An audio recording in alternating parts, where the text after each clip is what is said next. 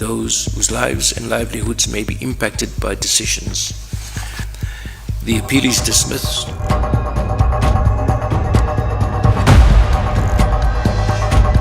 Which means the oil we're using, no jobs are being created in. So that money is going to workers in other countries. Yes. The fuel we're using here.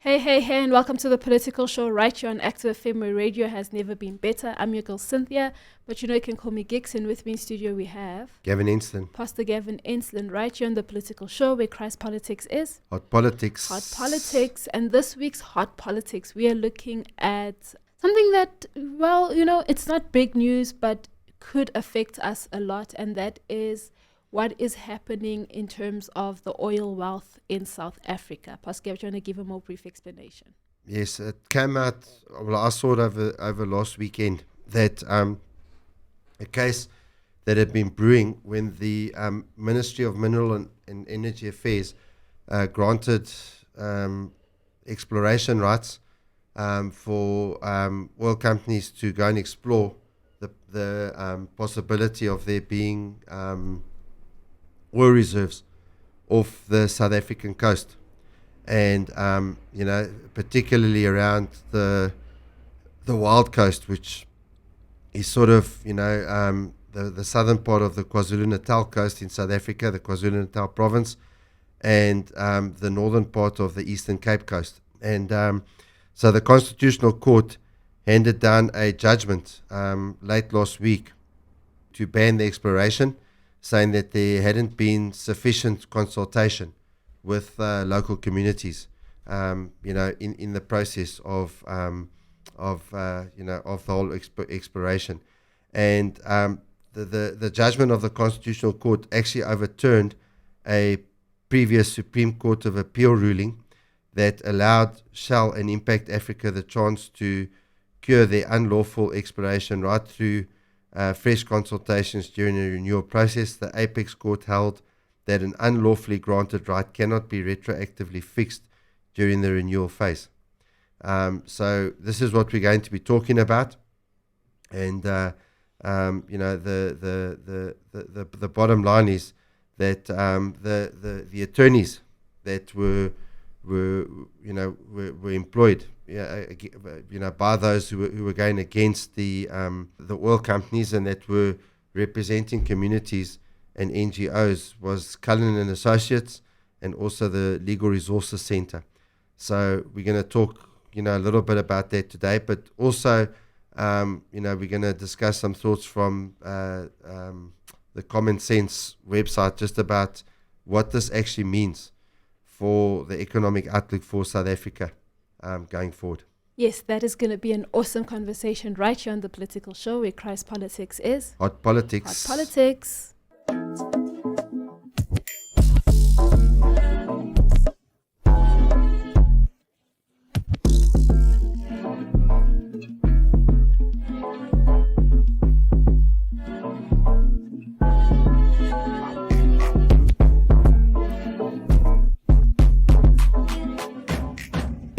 So let me give you a bit of an overview of the case so that we know what we're talking about. So in August 2026, on the 14th of August actually, the South African Constitutional Court handed down a landmark judgment in sustaining the Wild Coast NPC and others versus Minister of Mineral Resources and Energy and others. The ruling permanently set aside the exploration rights originally granted to Impact Africa and later held by Shell to conduct a 3D seismic surveying for petroleum off the Eastern Cape's Wild Coast.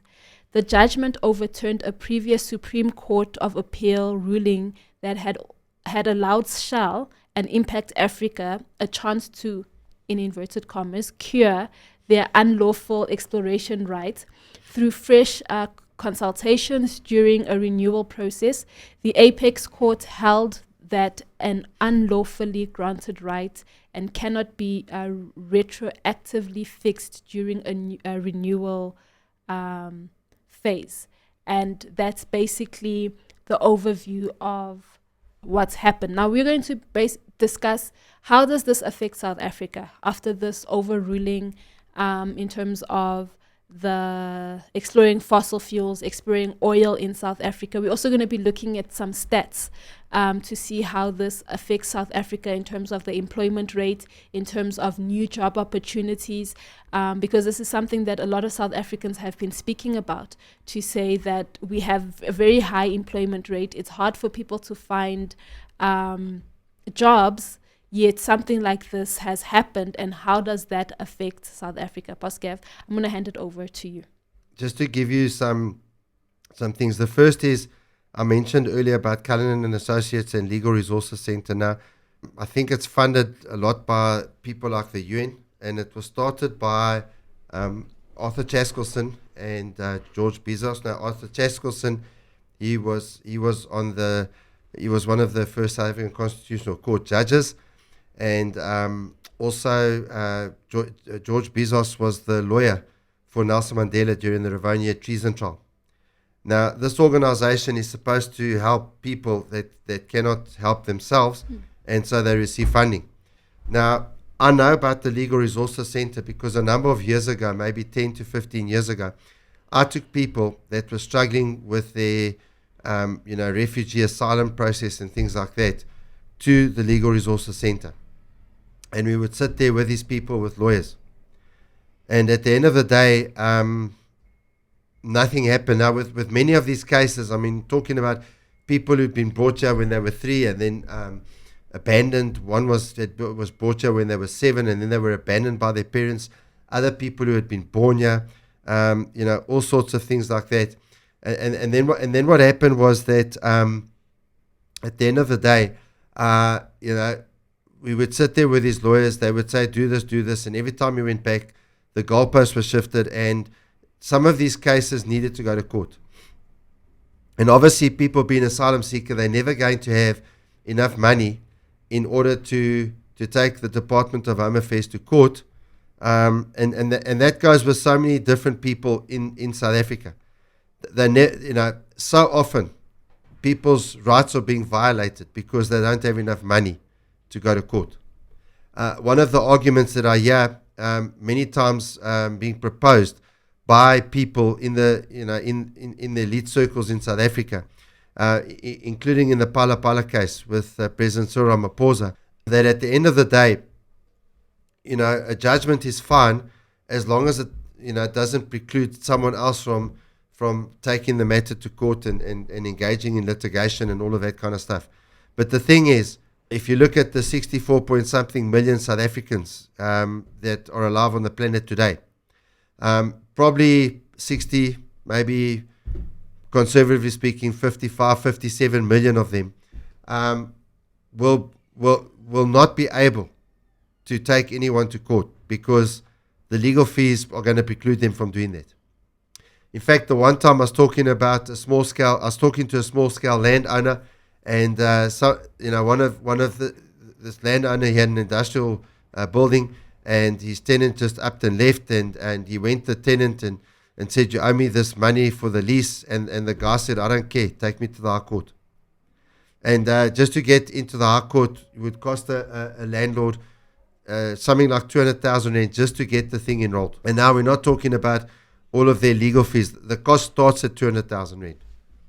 Now, for the average South African, you start talking about a cost of 200,000 just to get the thing enrolled, and then on top of that, just for the advocate, if it's in the High Court, 50,000 rand a day in court. That's excluding research that needs to be done and other lawyers that they need to engage to build up a case and do case research and research around things that happened, with whatever case is being taken to court and things like that. It's 50,000 rand a day in court. And if you sit there for 5 minutes and then they postpone the case for 3 months, that's 50,000 rand. You have to pay that attorney without expenses. So for the average South African, you're not able to go to court. So when I took these people that are not able to go and enforce their rights in court, Legal Resource Centre helped them nothing. But now we have this situation which is related to the green agenda.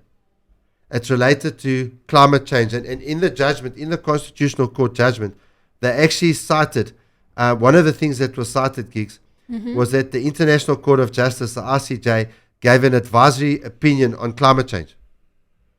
The Constitutional Court explicitly referenced international legal developments regarding climate change obligations, noting that state decisions must be made within the framework of heightened diligence informed by scientific knowledge and international commitments on emissions. Now, who in South Africa voted for this, Gigs? Have you ever heard any party campaigning that we are going to limit oil exploration? Nope. Has anyone ever come with a campaign that said that the people of South Africa, here's a referendum. If you want to ban all future oil exploration, let's have a campaign, let the people vote. It's never happened. Yeah. Yet the Constitutional Court goes and cites the International Court of Justice, which exists, I think it's in The Hague, in the Netherlands. Yeah. And it cites them so as to ban the right. Now, the other factors that they that led the Constitutional Court to ban the exploration. So this is banning exploration. This is banning doing seismic studies to find out how much oil is there. But the estimate is, as I said earlier, something like 30 billion barrels. So what they said, first of all, is that there's flawed consultation. All right, and that the consultation process relied on top-down communication with select traditional monarchs, newspaper ads in English and Afrikaans, bypassing local coastal communities and stuff. Also violation of customary and cultural rights, harm to marine life and livelihood. So now we're worried about the fish. All right, the potential acoustic harm caused by 3D seismic survey blasting to marine fauna, including endangered whale population and dolphin species. Climate change, listen to this, Gigs, climate change and environmental duty. The granting of the right failed to consider the cumulative climate change impacts of the government's legal obligations under the Integrated Coastal Management Act to preserve coastal public property. Okay. So what they also said that that the key factors for invalidating the right to explore. This was granted, obviously, by the Department of Mineral and Energy Affairs, procedural injustice and human dignity. Getting permission is not a box-ticking exercise. Incurable unlawfulness. In other words, they're saying that originally the process was flawed and you can't remedy that after the fact. And the precautionary principle, which means incomplete scientific certainty regarding harm to marine ecosystems, decision makers must apply the precautionary principle rather than prioritizing extractive development. So the thing is, they're saying that it might cause some harm to sea creatures. There's no evidence that I know of that says that doing these seismic surveys causes any harm to marine life. Okay, as far as I know, and you know comment in the comment section if I'm wrong, and then cite the studies. But please cite the studies. You know, if you do comment. And so now that the Constitutional Court has made this finding, so we have access to these oil reserves, and they're saying because of emissions, because of climate change and stuff like that, no one can explore the stuff. So that they've banned the exploration. Now I know that the Common Sense website, I don't know if you've got those stats, Gigs. Yeah, I do. The Common Sense website said this is the potential economic outcome, assuming that there's something like 30 billion barrels of oil reserves that South Africa is sitting on. Yeah. Before we go into that, let's look at our current situation in terms of stats with fuel. Currently, South Africa is becoming more dependent on imported fuel.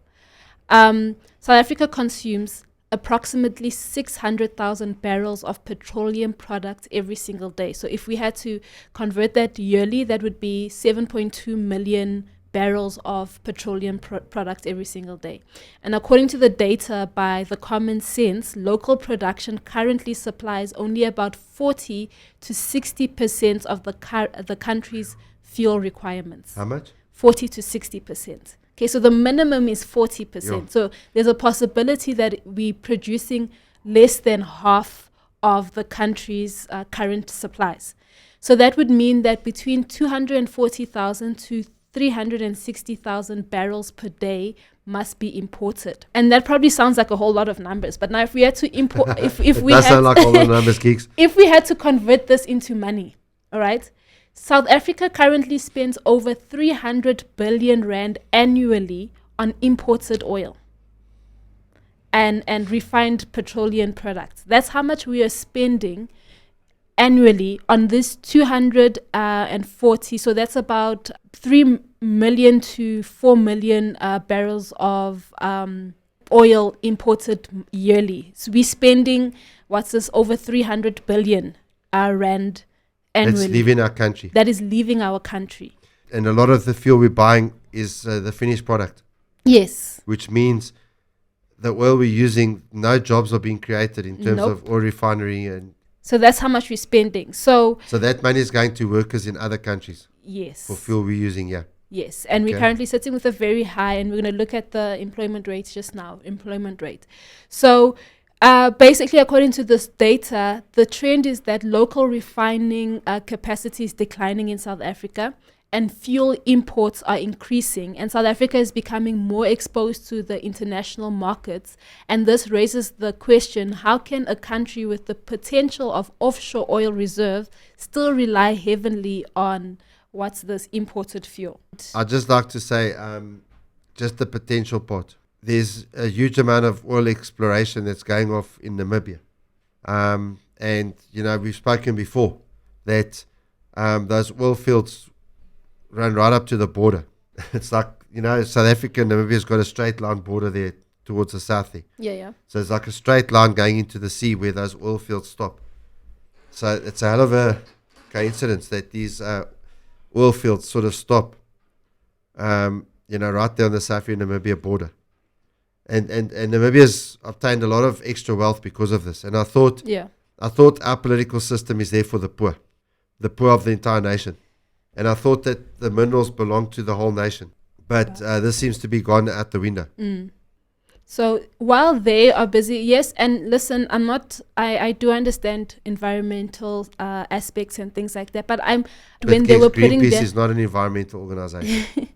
I'm sorry, it's a political movement. Yes, but I'm pretty sure that while Shell and Impact Africa were putting together the reports and the planning for how they were going to do this survey and things like that, they took into consideration the wildlife. They took into consideration the environment and stuff, because you also don't want to pollute people's water and all of these things. So there is major amounts of research that has to go in before they can even go out surveying, and I'm sure they've factored in all of these things. So while the Wild Coast communities are speaking about all these green initiatives and green stuff and environmental things, they're not taking into account that we're spending 300 billion rand annually on fuel that could be produced here in South Africa. And that is a question, that is something that they're not looking at, that is something that they're not speaking about. So let's look at some of the other stats that they gave us. Now, when we look at, should this happen in terms of the exploration and stuff, when we look at the fixed investment rate in South Africa, so this is the gross fixed capital formation from 2026 to 2045 under 3 assumptions and the percentage of GDP. So the 3 assumptions are with new oil, with oil alone, and with oil and auxiliary industrial expansion. So when we look at without new oil, the first assumption is South Africa does not get new oil. We continue with the current way that we're importing oil and stuff like that. So without new oil, gross fixed or fixed investment rate in South Africa would stay the same. It would stagnate. And we're currently sitting on 15%, and by 2045, the estimations are still that the fixed investment rate in South Africa would be 15%. And then when we look at with oil alone, it would be, we're currently sitting at 16.5%, and there would be a drastic increase in 2030, and then it would stagnate down to 17%. and then by 2045. And then we have with oil and auxiliary industrial expansion, this would be 17.5 where we're at right now, with a significant increase in 2030, and then it would end in 2045 with 20.5%. Okay, so it basically shows us that there would be an increase in fixed investments in South Africa by 2045 if they had to go through with this. Yeah, and fixed investment means that the wealth of the country goes up. Yes, by 5.5% compared to where we're at now. And that has a huge impact on the economy. That has a huge impact on taking people out of poverty. And obviously, I would be all for this. And the only thing I would say, with a lot of the stuff that's going on, for example, things that have happened in the steel industry, things that have happened to deindustrialize South Africa, the government just needs to put things in place to ensure that South Africa benefits, that South African citizens benefit, that the people in South Africa get the benefit overall of the resource that's part of South Africa. Now, just to mention things that I've heard before, and I think we've spoken before on the political show about this. Those oil fields there off the coast of Namibia run down the west coast through the Karoo, across all the way, to the Indian Ocean, and then up there along the side, past Wild Coast. Already there's been exploration of gas at Mossel Bay from the 1980s, if you know what I'm saying. So the thing is, there's potentially one of the biggest capacity in terms of oil in South Africa in the world, and that can make such a huge difference to the economy. Yeah. As long as the government makes sure that the benefits, go back into the country. Yeah. And all of this now has been stopped for climate change. And the reality is the Constitutional Court saying that you have to take into account science, and they're not taking into account science. Yeah. They're taking into account politics that is masquerading as science. True. And the thing is, if you take the South African Constitution is all about the emancipation of every person in South Africa, that there's a better life for all. And this judgment precludes there ever being a better life for all. So now the resources that we've got in the ground cannot be used for the benefit of the people in this land. And every South African citizen should be getting the benefit out of this. And even everyone living here, through economic growth and all of those kind of stuff. I can't remember if you mentioned the unemployment figures. No, we're gonna get there. Yeah. So there's three more graphs. So in other words, guys, what I'm telling you, the impact of this gets even worse economically. So there's three graphs we're going to look at, which is the economic growth rate in South Africa, the number of people employed in South Africa, and unemployment rate in South Africa. So let's look at the economic growth rate in South Africa. And using the same three assumptions, which is the first one, without new oil, with oil alone, and with oil and auxiliary industrial expansion. So currently, without new oil, South Africa is sitting on 1.5% economic growth. And again, if there's no new oil being produced in South Africa, it's going to stagnate and remain the same. And by 2045, the economic growth rate of South Africa is going to be 1.5%. This is percentages that we're looking at. And the population is growing faster than that. Exactly. Which means everyone's poorer. Exactly. So then with the second assumption, with oil alone, we're currently sitting on an assumption that there will be a 2.5% economic growth in South Africa 2026, and then it will drop down to 2% by 2045. All right, and then with oil and auxiliary industrial expansion, we're currently sitting at 3.2% assumption in right now 2026, and then it will drop down to 3.1%. That is still more than half of where we're sitting now without new oil.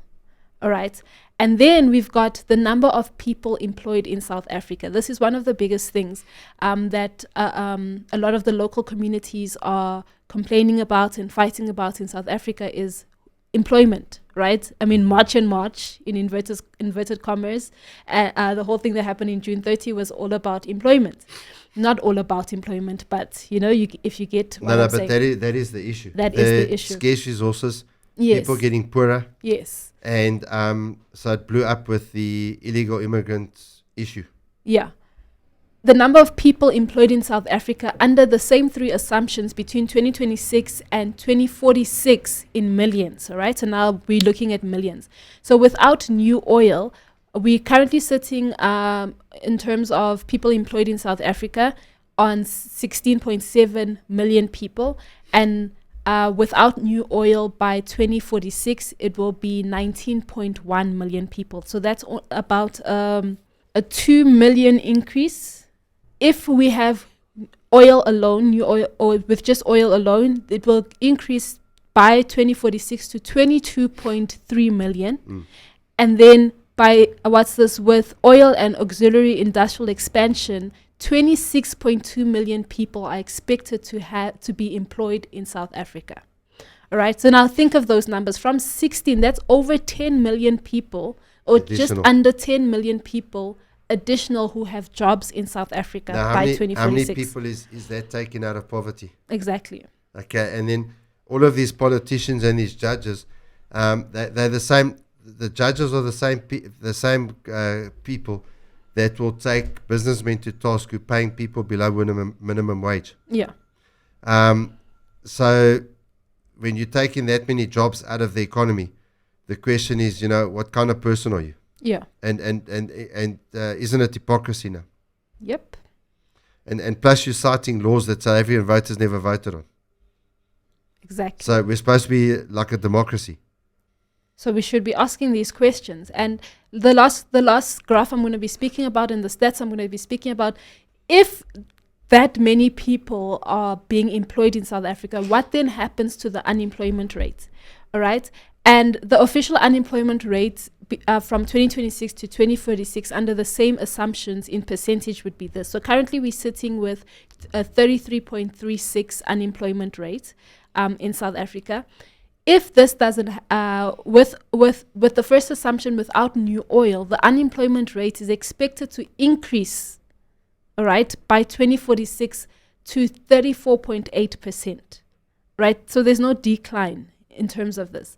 And then with oil alone, it's expected to decrease from 36.6% to 28% by 2046. And then with oil and auxiliary industrial expansion, it's expected to decrease to 20.1% unemployment rate in South Africa.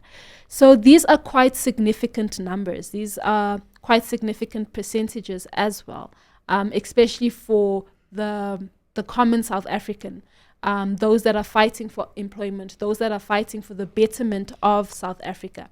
So what are your final thoughts, Pastor Gaff?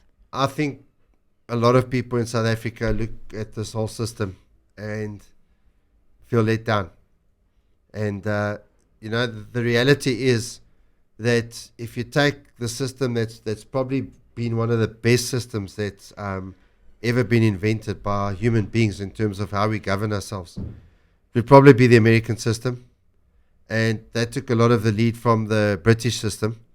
And the British system had the Magna Carta, which was the Declaration of Freedom, that everyone's got freedom and, all of that sort of stuff. And however, one of the founding fathers of America, I can't remember now who it was, actually said that the Constitution that they wrote down for the United States will only work if it's governing immoral people. If the people become immoral, the laws won't work. And so what you have to understand, in South Africa, we have forsaken God. People trip over themselves to say South Africa is not a Christian country, which I dispute. If 85.3% of South Africans in 2022 said they're Christian, South Africa is a Christian country. If 85.3% of South Africans were Muslim, we would be saying South Africa is an Islamic country. So we're a Christian country. Just we've got elites that are pushing the other way. And therefore, they come with their nice idiosyncrasies, their nice things.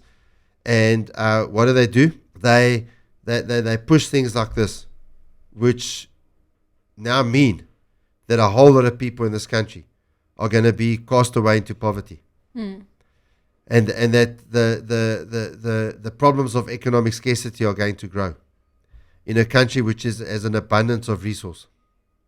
And so, clearly, the elites of South Africa and around the world are not acting in the interests of the average person in South Africa, because I think that most people in South Africa, including the majority of people on the Wild Coast, would choose the jobs. We choose, the economic improvement. And I'm pretty sure that the oil exploration won't destroy all the fishing. I'm pretty sure if gigs, for example, in places like the Gulf of Mexico, that fishing takes place there. We should actually maybe check that out. And maybe if you want to put a comment in and, does fishing happen in the Gulf of Mexico where, where a whole lot of oil is drilled? And there's a whole lot of oil rigs and that are there. I would think yes. From what I understand, there's a lot of marine life in the Gulf of Mexico. So give us a comment if you know. Let us know your thoughts. This has been an amazing conversation. I'm your girl Cynthia, but you can call me Gix, and with me in studio we've had Gavin Ensslin. Pastor Gavin Ensslin, right here on The Political Show, where Christ politics is Hot politics. hot politics. This is The Political Show.